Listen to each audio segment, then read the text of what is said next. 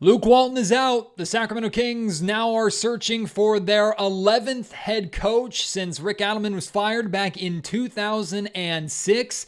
And while some of you may feel like this is a cause for celebration, I'm here to make sure that the spotlight is shined on the correct people. I will not allow Luke Walton to be the fall guy for those who really should take responsibility for this continued Sacramento Kings failure. We'll talk about it on this emergency episode of the Locked On Kings podcast.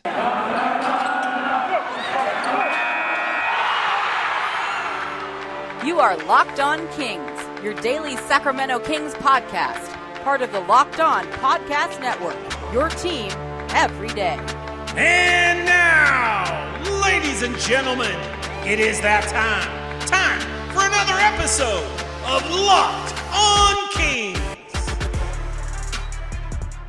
Hello and welcome into Locked On Kings, your podcast hub for Sacramento Kings coverage all regular season and all off season. If you're looking for in-depth analysis, game-by-game breakdowns, highlights, interviews with local and national experts, full coverage of your Sacramento Kings from January through December, this is the place for you, part of the Locked On Podcast Network. My name is Matt George. I have the privilege of being your host here. I've been a Sacramento sports media member for the last 7 years. This is my 8th season covering Kings basketball, formerly for Sports 1140 KHTK Radio in Sacramento, now for ABC 10 television. Wasn't planning on doing a podcast today, but had a feeling that I was going to be doing a podcast today because after the Kings were embarrassed by the Toronto Raptors and then fell last night to the Utah Jazz, it just felt like the writing was on the wall that Luke Walton's days as a Kings fan, or rather Kings coach, were coming to an end. And I know Kings fans are celebrating. Maybe you listening right now are celebrating this move, but this is a dark day for the Sacramento Kings, and I'll explain why. And now let me be perfectly clear. Let me set the stage on this and set the stage for my argument, just so there is no confusion as we get through the remainder of this podcast here today. This is not a pro Luke Walton argument. This is not a Luke Walton was the right coach for the Sacramento Kings. I believe Luke Walton was the perfect coach here, the guy who's going to lead this team to the playoffs. That's not what this argument is about at all. Luke Walton just so happens to be the head coach, or was the head coach, and I would make this argument. I made a similar argument for Dave Yeager. I've made this argument a lot, really, over the last 15 seasons. Like I mentioned in the introduction, Luke Walton being fired, now the Kings are looking for head coach number 11. Number 11 since Walton, or rather since Rick Adelman was fired after the 2006 season, which also was the last time that this Sacramento Kings team made the playoffs. 11 head coaches. It's absolutely embarrassing. It's absolutely embarrassing. So again, this argument is not a pro Luke Walton argument. This argument is this organization continues to fail.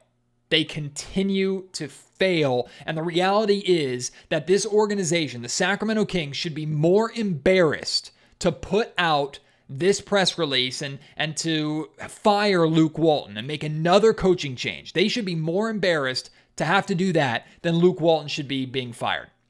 Now, I think Luke Walton's days as a head coach and opportunities as a head coach in the NBA are done. I don't think Luke Walton gets another shot. I don't think there's a third time's the charm for Walton in the NBA. I think he'll be an assistant. He'll land on his feet somewhere in that sense, but his days as a head coach probably are done, and rightfully so. In his two major stops, the Lakers and the Kings, he wasn't good enough, even if he had the second best, I think, win percentage out of the coaches that have come through here since Adelman was fired, which is pathetic in itself. But I'm here to make sure the spotlight is shined on the right people, the right groups. I'm here to make sure that you don't accept Luke Walton as the fall guy. I mean, I can't force you to do anything. If you want to make Luke Walton your fall guy, put it all on him if it makes you feel better and like he was the dark cloud of this organization that is now gone and everybody else is free and Kings basketball is going to be great all of a sudden. If you want to believe that, if you want to have that optimism, if that's what gets you through this and that's what gets you through the season, all the power to you. I'm hoping to change your mind, but you're not an idiot if you feel that way. I'm not saying that you're 100% wrong or anything like that. That's your opinion. You're entitled to it. Feel free to have it. I'd love to have that conversation with you. In fact, engage in that conversation with me right now. At MattGeorgeSack on Twitter. Email me, mattgeorgesports@gmail.com, or leave your thoughts down in the comment section down below if you're watching on YouTube. If you want to have that mindset, that is fine. I'm here to tell you, as someone who has been a fan of this organization growing up, as someone who has been here through all of these 10 coaches going into coach number 11 as someone who has covered this team for the last 7 years. I know better. I know better than to put all of this blame on Luke Walton. I've been arguing for Luke Walton to keep his job through the entirety of this season because of the revolving door of coaches, the instability of this organization, the fact that this losing culture cannot be changed because people who try and change that culture haven't been around long enough to actually implement change. This falls hardest. This blame, this shadow falls hardest on Kings ownership and, to some extent, Kings players. If there's a ranking, it's Kings ownership number 1, Kings players number 2, and Monte McNair in the Kings front office number 3. And I'll explain all 3. It starts at the very, very top with Kings ownership. Doesn't matter that not all 10 coaches have been under Vivek Ranadive. The majority of them have. The majority of these coaches have been under Vivek Ranadive, as now we are in the majority years of this playoff-less drought being under Vivek Ranadive, not the Maloofs. I've talked about that before. Don't have time to get in that today. But this is a failure on his part. This is a failure on the organization as a whole, not just Luke Walton. Then when it comes to the players, you had the same core of players, with the exception of Tyrese Halliburton and Davion Mitchell. You had the same core of players that Dave Yeager was fired with.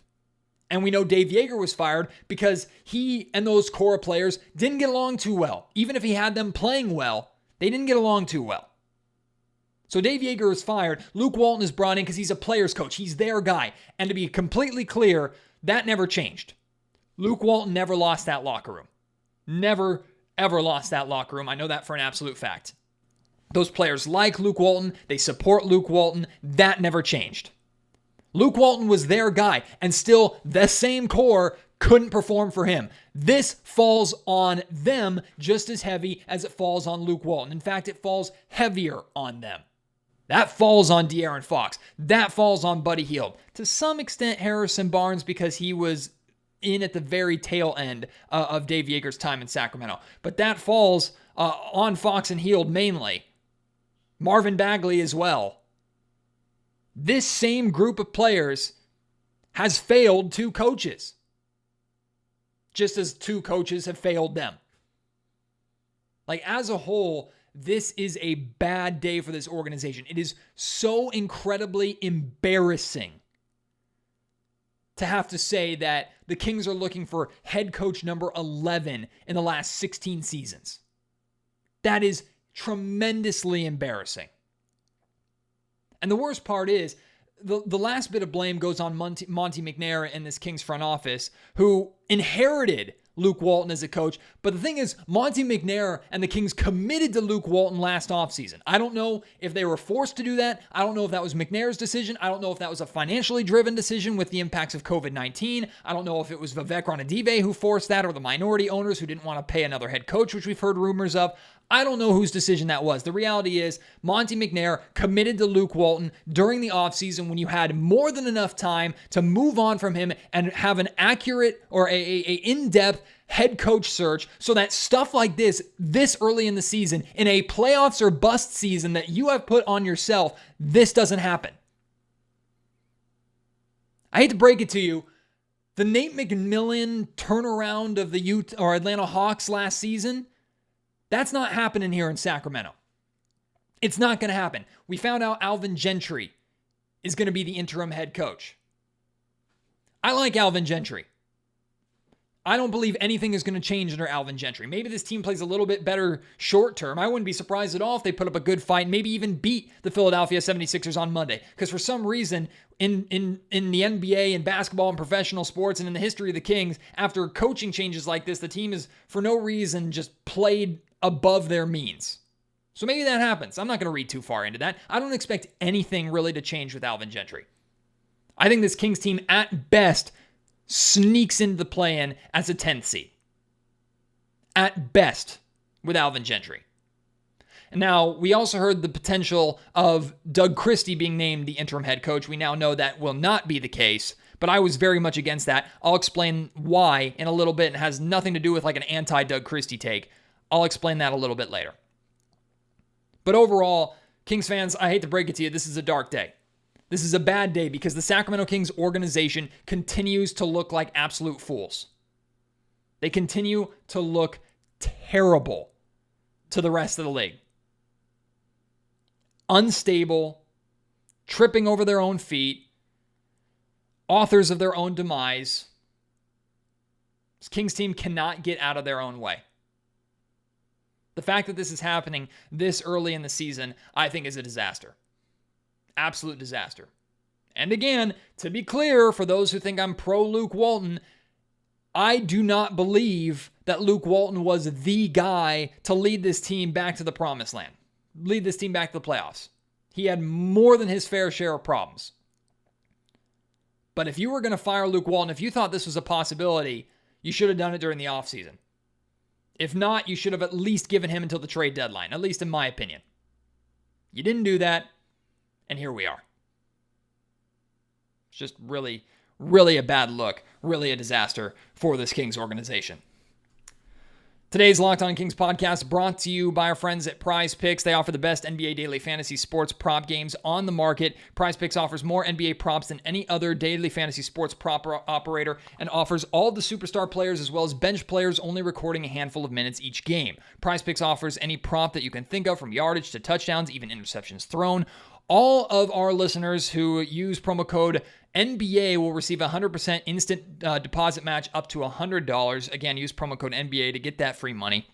The way it works, you pick 2 to 5 players, an over-under on their projections, and you can win up to 10 times on any entry. It's just you versus the projected numbers. Use the award-winning app on both the App Store and Google Play. Entries can be made in 60 seconds. It's that easy. Do it during the games. Prize Picks is safe and offers fast withdrawals. Don't hesitate. Check out prizepicks.com. Use promo code NBA or go to your App Store and download the app today. Prize Picks is daily fantasy made easy.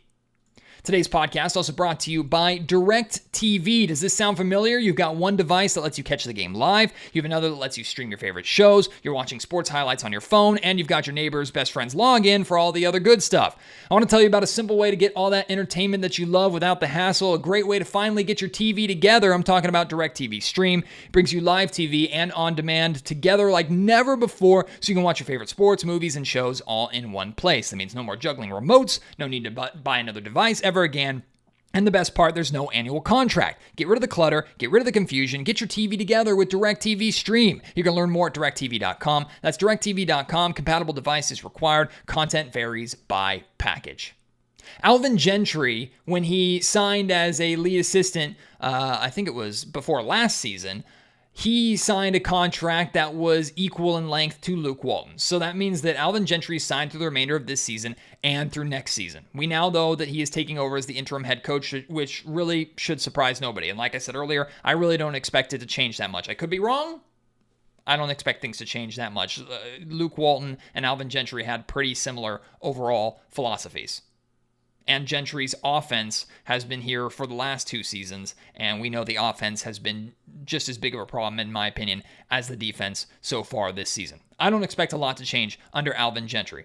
I also don't expect Alvin Gentry to be the Kings head coach next season. I think Alvin Gentry will probably more than likely finish out this season, and then the Kings will go through a full search this upcoming offseason to hire their next guy. So as of right now, I'm not looking at coaching candidates. I'm not going to dive into that yet. There are names out there that I know Kings fans are interested in. Terry Stotts, Kenny Atkinson being towards the top of that list. Maybe even Becky Hammond. I don't know. Like, if you want to start doing that right now and send me your favorite candidates, you can. I'm not doing that yet. I'm not at that point yet.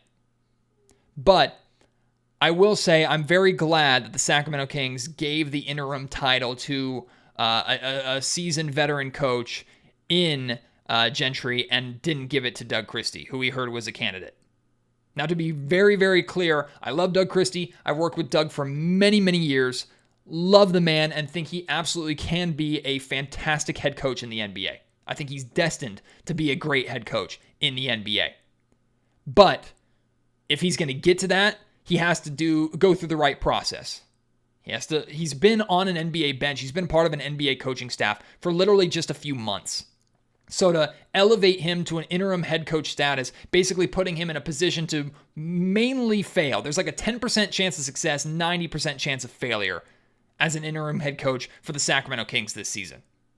Why throw Doug Christie into that fire for him just to be burned and potentially have his opportunities at becoming a head coach later down the line go up in flames with it? I think that would be an absolute disaster. It has nothing to do with Doug Christie. In fact, I think it's a pro-Doug Christie argument to say that it's a wrong situation for him. And it's not so much that Doug's not ready. It's that even if he was ready, plopping him in this situation, I think he's doomed to fail. Just like I think Alvin Gentry is really doomed to fail. And what does success look like for Gentry? Finishing out next season? It's probably not going to happen. He's going to be a lame duck head coach. Like, interim head coaches rarely ever work out in the NBA.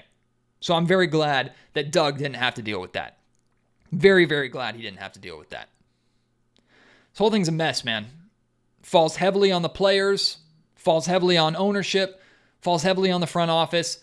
If you take nothing else out of this podcast, take away the fact that Luke Walton cannot be the fall guy for them all. They don't deserve that. Like I said, I think this is another bad day for the Kings organization.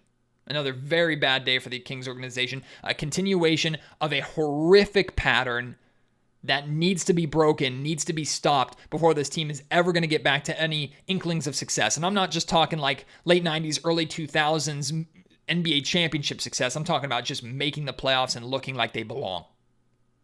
That's where this is at right now. I think it's an absolute tragedy isn't the right word. I think it's a massive shame and an embarrassment, really, that this continues to happen in Sacramento.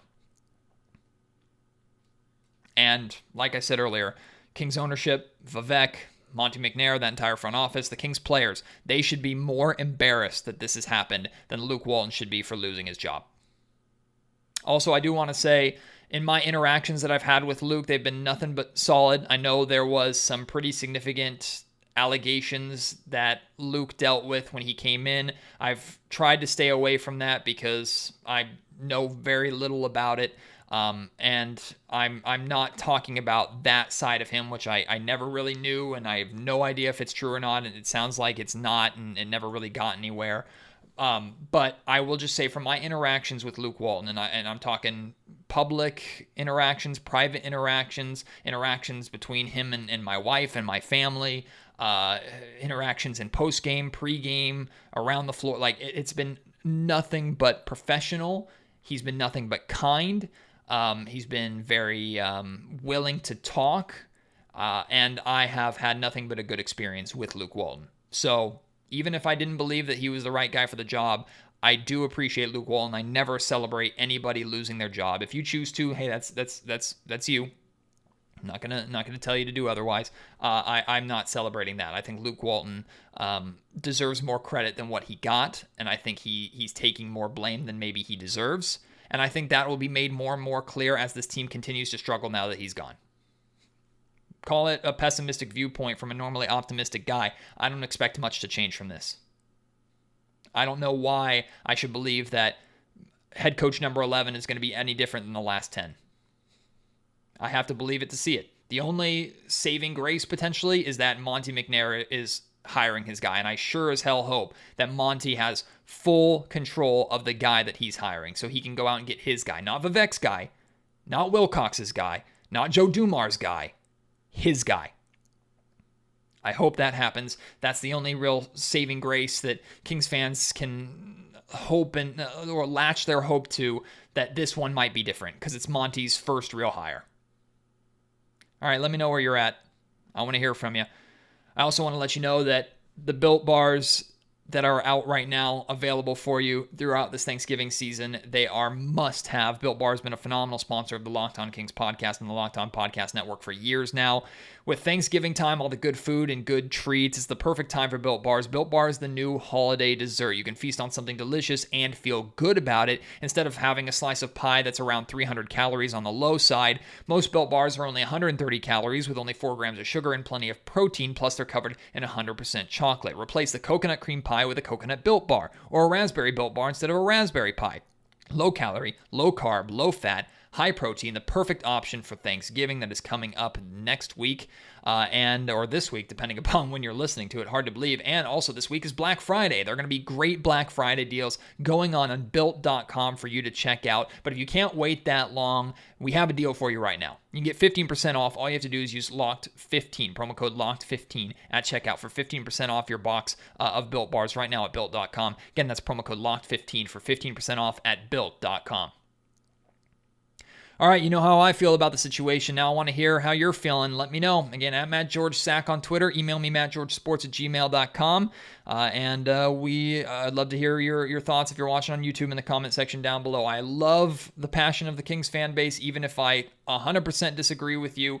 I love that interaction, love that conversation. We've been through this many, many times before, so this is nothing new to a lot of Kings fans. So, hey, let's talk about it, let's discuss it, and let's see how this team responds when they host the Philadelphia 76ers on Monday night. It's another change of an era in terms of coaching, but believe me when I tell you, this Kings team still has a crap ton of problems. If I were Monty McNair, I would have looked to make a trade before making this move. I understand it's easier to move on from a head coach than it is to change up your roster, so I'm not surprised that this move is being made. I just think it's an overall net negative, not a net positive for this Kings team.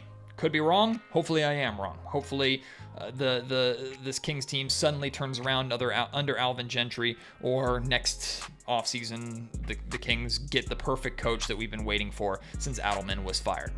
Maybe Mike Malone can come back to Sacramento somehow. I have no idea, but we'll see what happens. I appreciate your support here on this emergency podcast Sunday. Can't wait to have you join me after the Kings and Sixers game on Monday. I should be at the game, so if you're going, let me know. I'd love to say hi to you in person. Until next time, my name is Matt George. You've been listening to Locked On Kings, part of the Locked On Podcast Network.